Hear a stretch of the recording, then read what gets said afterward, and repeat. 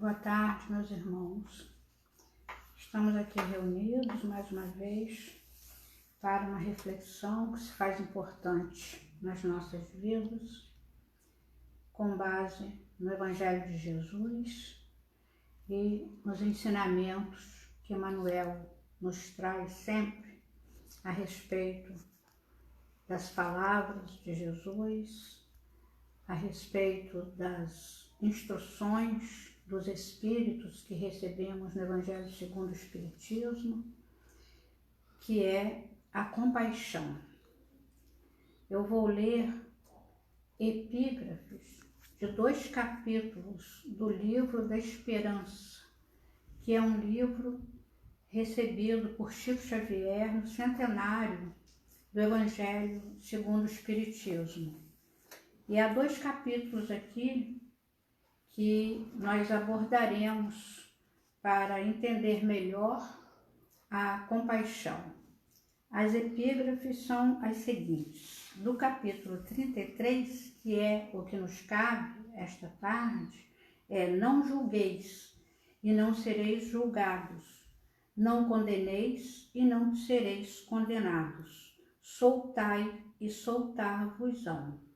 Jesus, Lucas 6:37. E no capítulo 12, item 10 do Evangelho segundo o Espiritismo, não esqueçais, meus queridos filhos, que o amor aproxima de Deus a criatura e o ódio a distancia dele.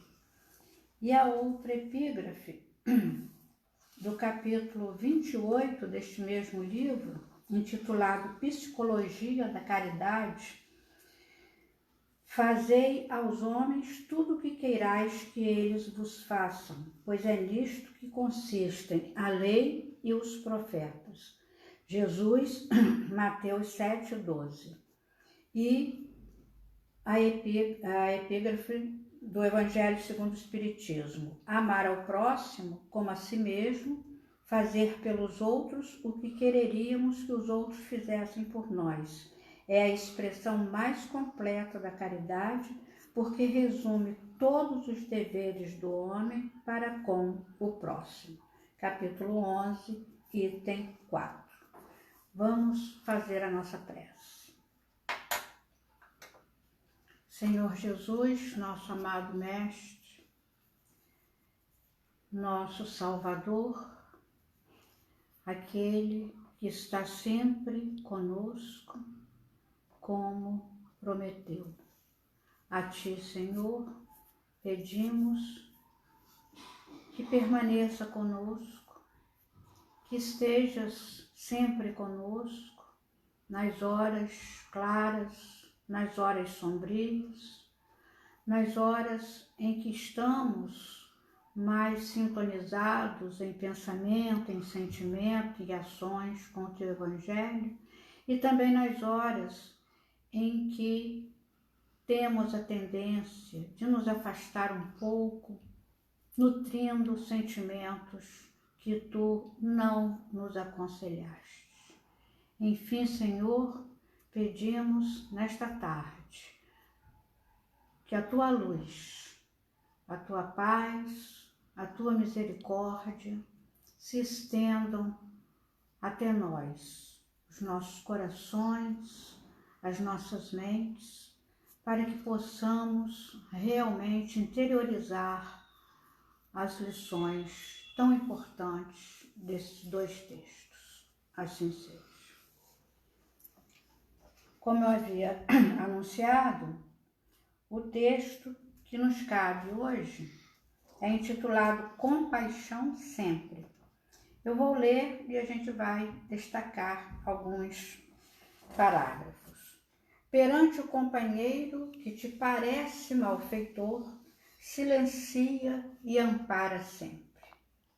Assim como existem pessoas aparentemente sadias, carregando enfermidades que apenas no futuro se farão evidentes para a intervenção necessária, há criaturas supostamente normais, portadoras de estranhos desequilíbrios, aos quais se lhes debitam os gestos menos edificantes. Compadece-te, pois, e estende os braços para a obra do auxílio. Muitos daqueles que tombaram na indisciplina e na violência, acabando segregados nas casas de tratamento moral, guardam consigo os braseiros de angústia que lhes foram postos em dolorosos processos obsessivos pelas mãos imponderáveis dos adversários desencarnados de outras existências. E quase todos os que esmorecem no caminho das próprias obrigações, rendendo-se ao assalto da crueldade e do desespero, sustentaram por tempo enorme, na intimidade do próprio ser, a agoniada tensão da resistência às forças do mal, sucumbindo muitas vezes à míngua de compreensão e de amor. Para todos eles, os nossos irmãos caídos em delinquência, volvamos assim pensamento e ação, tocados de simpatia, recordando Jesus, que não cogita de nossas imperfeições para sustentar-nos, e certos de que também nós, pela extensão das próprias fraquezas, não conseguimos em verdade saber em que obstáculos do caminho os nossos pés tropeçarão.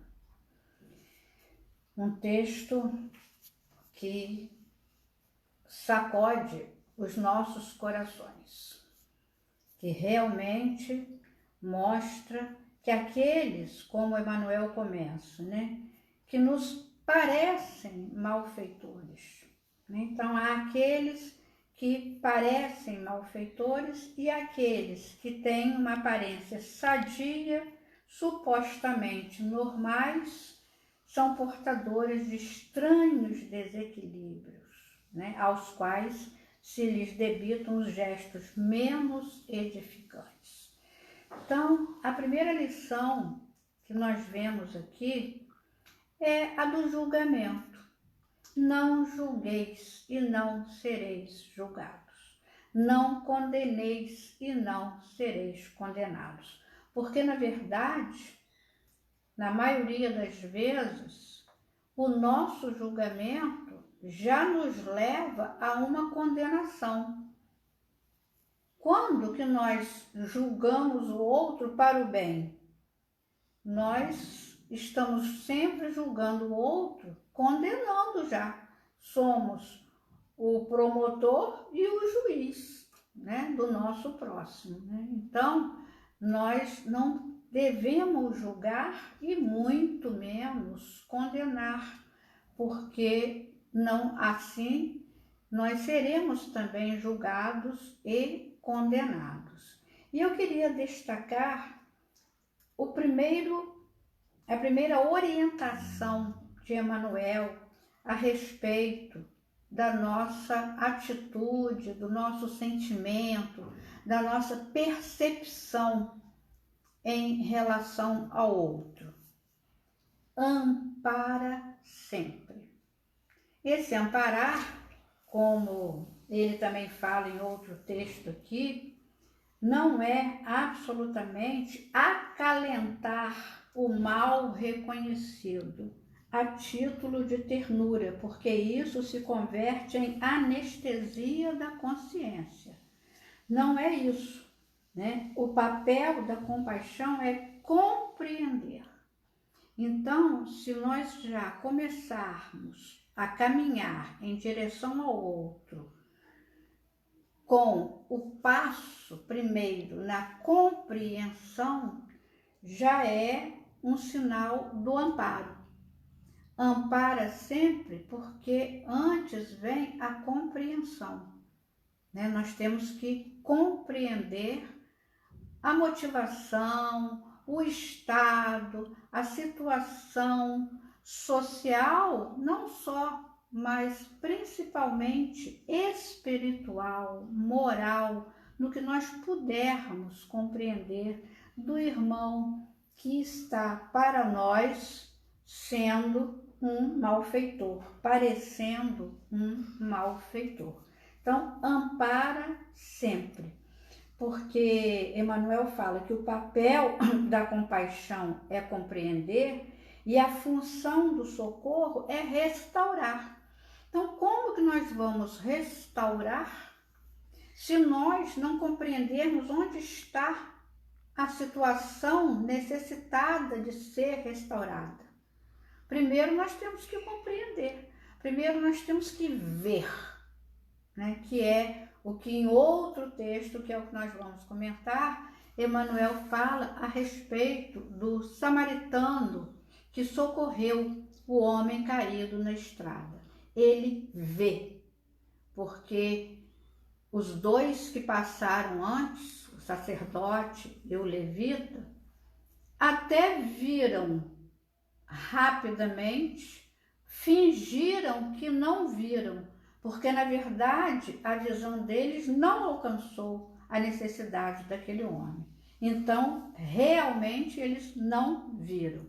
E o samaritano viu porque colocou a sua visão direcionada pela compaixão, direcionada pelo amor, pela disponibilidade, né? Porque às vezes nós passamos, mas não estamos disponíveis para ouvir, para falar, para socorrer, para amparar. Naquele momento não estamos disponíveis para o outro, que é exatamente o oposto do que fez o samaritano na parábola. Ele estava a trabalho, tanto que levou o homem à hospedaria e não pôde ficar lá, porque ele estava trabalhando. Mas ele adiantou um dinheiro para que o dono da hospedaria pudesse providenciar o tratamento e voltaria depois para ver como estava a situação, se havia faltado algum recurso. Então, ele estava disponível, aparentemente não disponível, porque estava a trabalho, deveria estar com pressa, mas ele parou. E esse verbo usado por Emmanuel é muito importante, né? Ele viu e parou, né?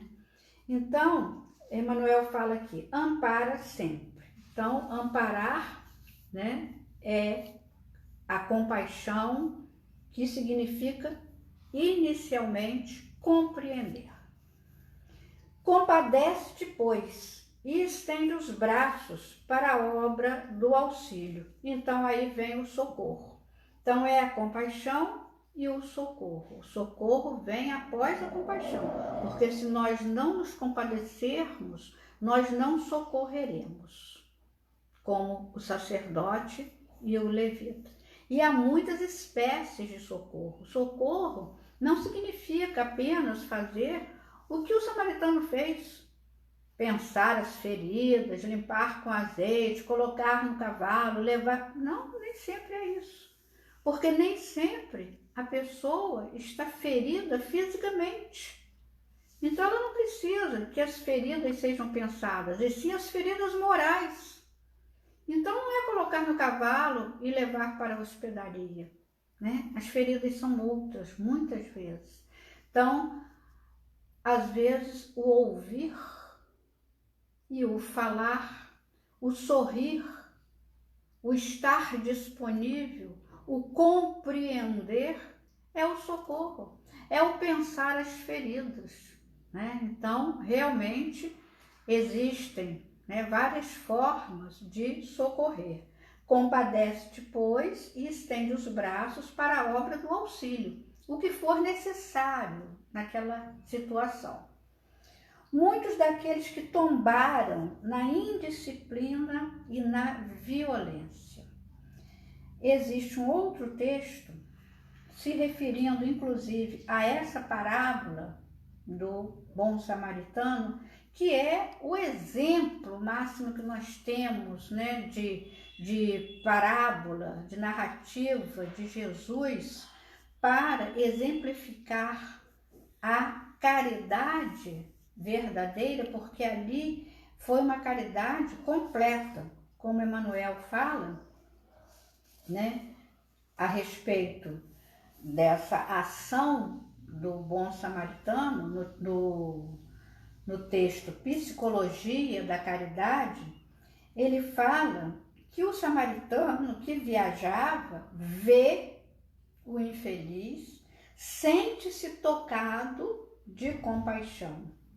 Não sabe quem é, ignora-lhe a procedência. Não se restringe, porém, à emotividade. Para e atende. Parar na nossa trajetória um pouco de trabalho, de diversão, né? Ele não é indiferente. Este é o grande problema. A indiferença causada pelo egoísmo. Quando nós deixamos o egoísmo falar mais alto nas nossas vidas, nós nos tornamos indiferentes aos outros. Não tenho nada com isso. Então, nós não paramos, nós não atendemos, porque não somos tocados de compaixão, como foi o samaritano, porque ele parou e atendeu. Então, Emmanuel fala que ele não se mostra indiferente. Então, ele não é egoísta, a indiferença não falou mais alto nele. No exercício do bem, ofereceu o coração, as mãos, o tempo, o trabalho, o dinheiro e a responsabilidade. Ele se responsabilizou pelo homem, ele nem sabia quem era. Aliás, é um detalhe importantíssimo nesta parábola, não mostrar nada que identificasse aquele homem caído.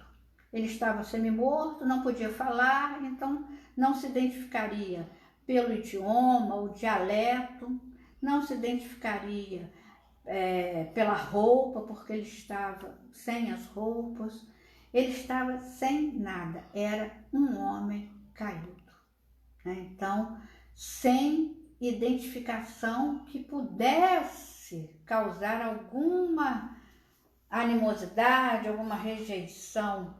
E apesar disso, o levita e o sacerdote não se compadeceram, mesmo sabendo que poderia ser um deles, que poderia ser um judeu, que é o mais provável, mesmo assim, Mas ele estava caído, estava ferido, será que estava doente? Então não poderia, colocar suas mãos no doente, iria se contaminar, Então, no exercício do bem, ofereceu o coração, as mãos, o tempo, o trabalho, o dinheiro e a responsabilidade. Sentiu e agiu, auxiliou e passou. Ele não quis nenhum tributo de gratidão, como fala Emmanuel aqui. Auxiliou e passou. Então, assim devemos agir, Não precisamos encontrar ninguém caído na estrada, fisicamente falando, Não precisamos. Às vezes, os caídos estão tão próximos de nós, Às vezes, os caídos, como também Emmanuel fala neste livro maravilhoso, às vezes os caídos estão dentro da nossa casa.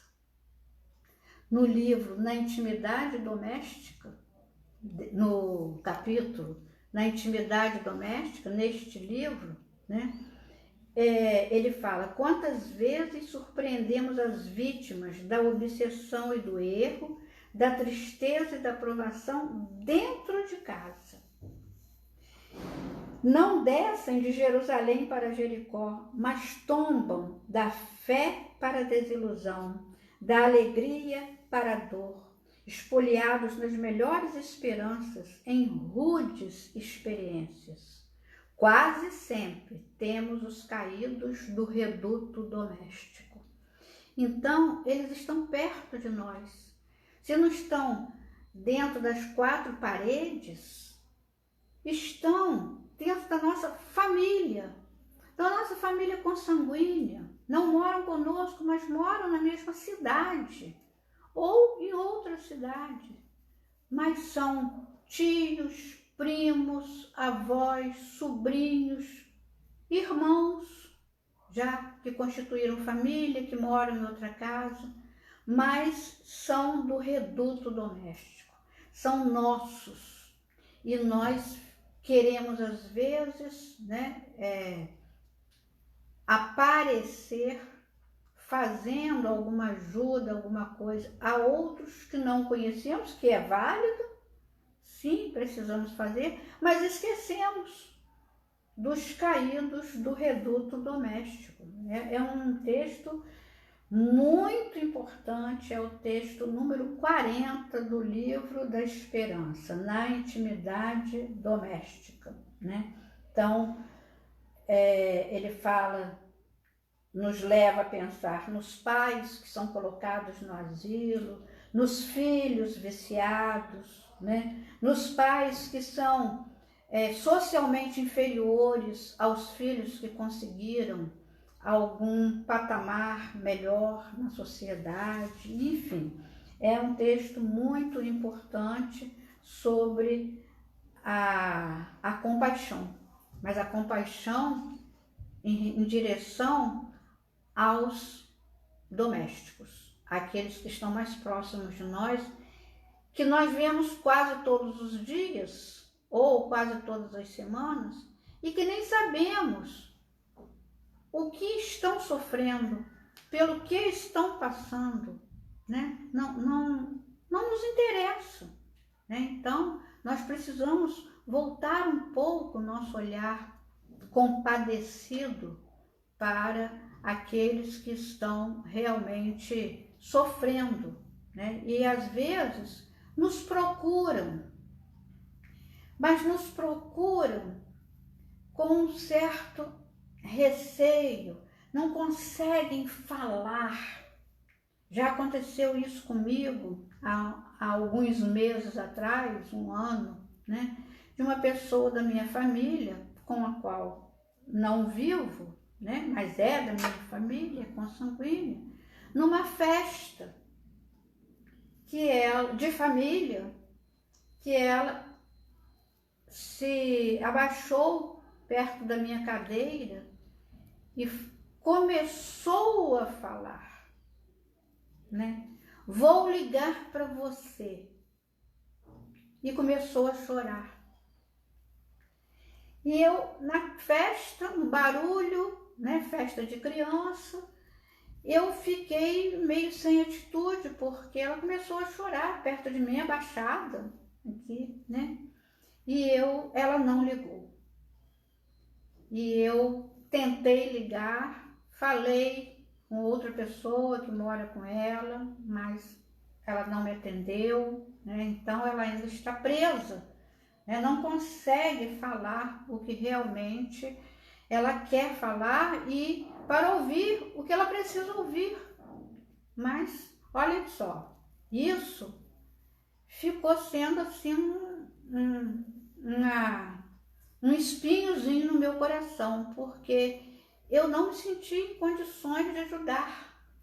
E ainda estou me sentindo assim, né? Eu não pude ajudar uma pessoa necessitada que é um caído na estrada, com certeza, tem suas feridas, né?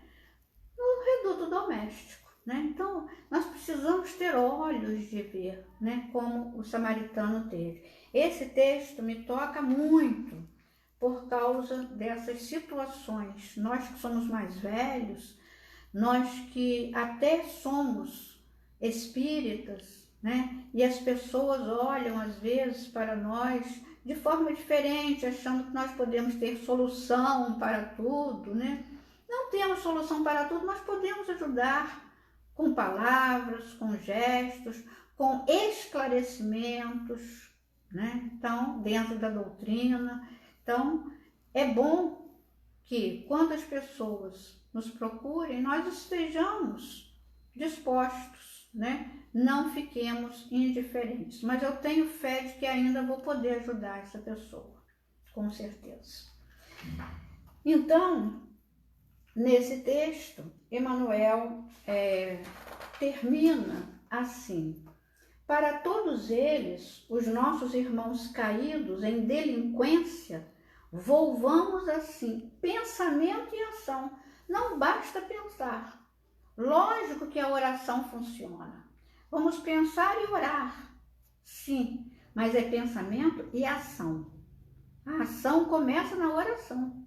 A oração é uma ação do nosso coração, mas também a ação junto a essa pessoa, né? Tocados de simpatia, recordando Jesus, que não cogita de nossas imperfeições para sustentar-nos.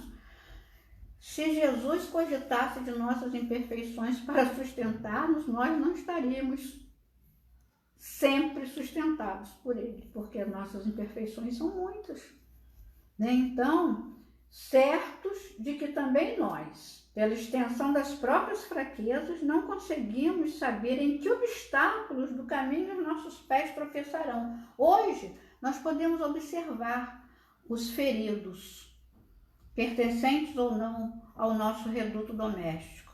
Mas amanhã, será que não precisaremos de bons olhos que vejam as nossas feridas? Não seremos nós aquele homem caído na estrada e que precisamos de um bom samaritano para pensar nossas feridas? Não sabemos, como Emmanuel fala aqui, quando que nós vamos cair, né? Que obstáculos do caminho, em que obstáculos do caminho nossos pés tropeçarão? Não sabemos, porque os obstáculos são muitos. As tentações estão dentro de nós e as provas existem, né? Então, seremos aprovados nos testes? Os obstáculos vão surgindo, obstáculos de todo tipo, né? De todas as qualidades morais, materiais, né? E nós temos que enfrentar e não tropeçar, porque se nós tropeçarmos, nós cairemos e a fratura pode ser grave, né? Então, nós precisamos observar tudo isso e caminhando para o fim da nossa reflexão, eu vou usar um pouquinho de um capítulo maravilhoso, como todos aqui neste livro, O Silêncio Foi Quebrado e outros escritos do professor Humberto Vasconcelos, intitulado O Espírita e a Multidão. E é um capítulo longo, né? Mas ele fala que a multidão enternece Jesus. E a sua reação diante da multidão sempre foi a mesma, a de compaixão e de piedade, que são sinônimos, né? Tenho compaixão da multidão, falou para os discípulos, né? E quando ele falou isso, diz o professor Humberto, né? A multidão faminta e sofrida motivou o fenômeno da multiplicação de pães e peixes e fez o mestre construir o mais belo de todos os discursos, o Sermão do Monte. A compaixão, a multidão faminta e sofrida, né? Mas foi no Calvário, no momento derradeiro de sua vida material, que ele se enterneceu de forma definitiva, transformando-se no intercessor abençoado entre a multidão e o Pai, encarecendo para aqueles homens as expensas divinas do perdão. O episódio constitui a vitória definitiva sobre o mal e uma das mais belas lições da vida, a retribuição do mal com a expressão do bem. Este é o supremo sinal da cura. Então, é exatamente o que nós vemos no capítulo Compaixão Sempre, né? Que tem uma epígrafe, né? Do Não Esqueçais que o amor aproxima de Deus a criatura, que é do capítulo 12 do Evangelho segundo o Espiritismo, né? Amai os vossos inimigos, né? Então, retribuir o mal com o bem. É exatamente isso a que o professor Humberto se refere na fala de Jesus quando pede ao Pai o perdão para aqueles que o estavam crucificando, né? O episódio constitui a vitória definitiva sobre o mal e uma das mais belas lições da vida, a retribuição do mal com a expressão do bem. Este é o supremo sinal da cura. Então, esses capítulos do Evangelho segundo o Espiritismo devem ser lidos e relidos. É o capítulo 12 e o capítulo 11, né? Amai os vossos inimigos e o outro é amar o próximo, né? Como a ti mesmo. Então, nós precisamos sempre estar lendo o Evangelho segundo o Espiritismo, porque nesse capítulo, inclusive, né, 11, tem uma mensagem lindíssima nas Instruções dos Espíritos de Lázaro, intitulado A Lei do Amor.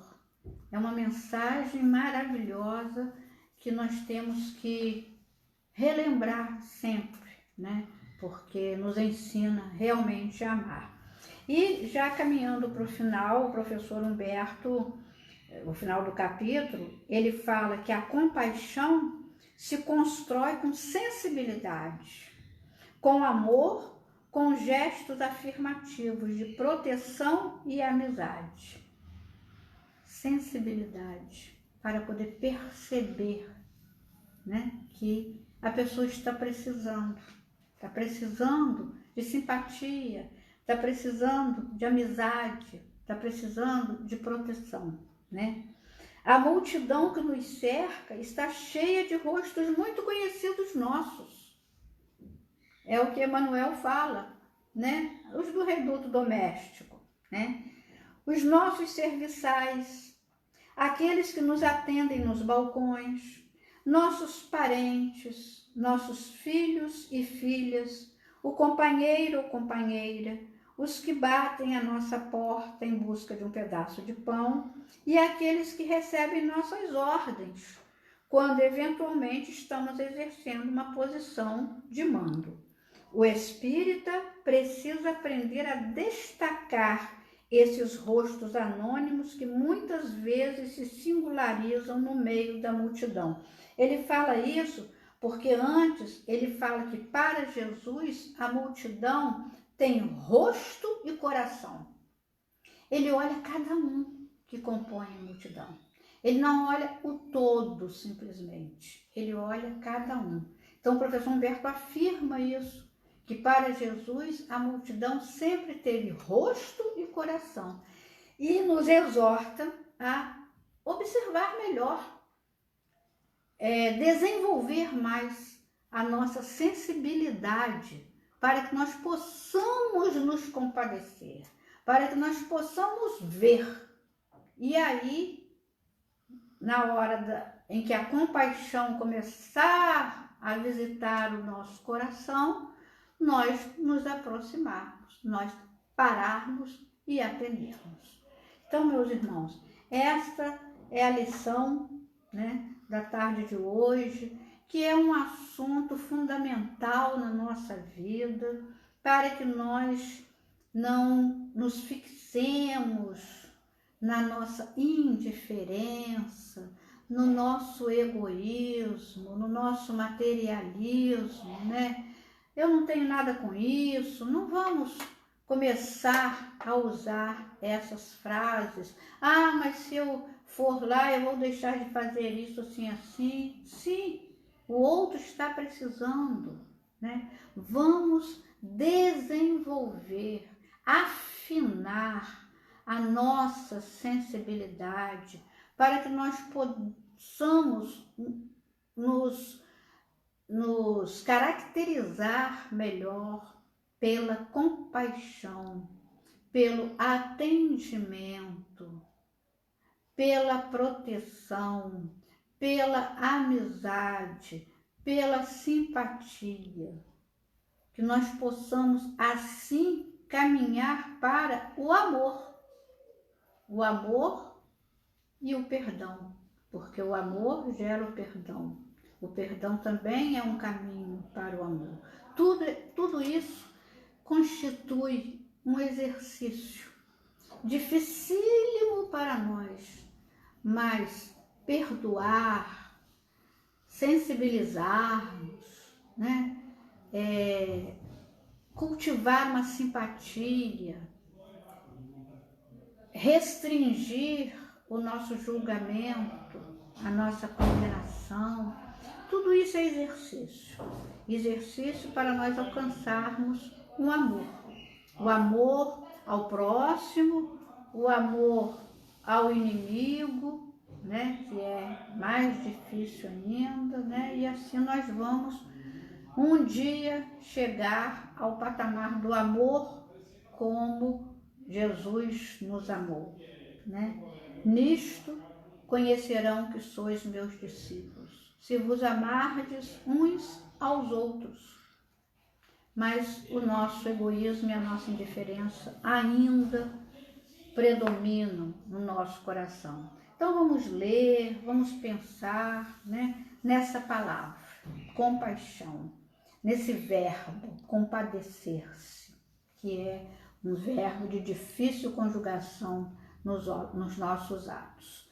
Que Jesus nos abençoe, que nós possamos começar a exercitar a nossa compaixão, quem sabe, através da oração.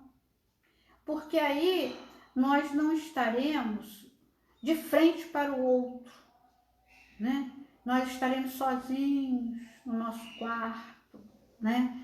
E vamos começar a aprender a orar pelo outro, porque nós oramos por nós mesmos quando oramos. Então, vamos começar a orar pelo outro, e o outro vai ser sim, nossa mãe, nosso pai, nosso filho, né?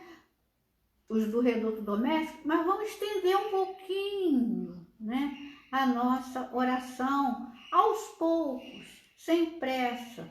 Vamos orar pelos amigos, os não tão amigos, os corretos que admiramos e os não tão corretos. Vamos estendendo, né, a nossa capacidade de alcance da oração, porque estaremos desenvolvendo a nossa sensibilidade, estaremos desenvolvendo a nossa compaixão.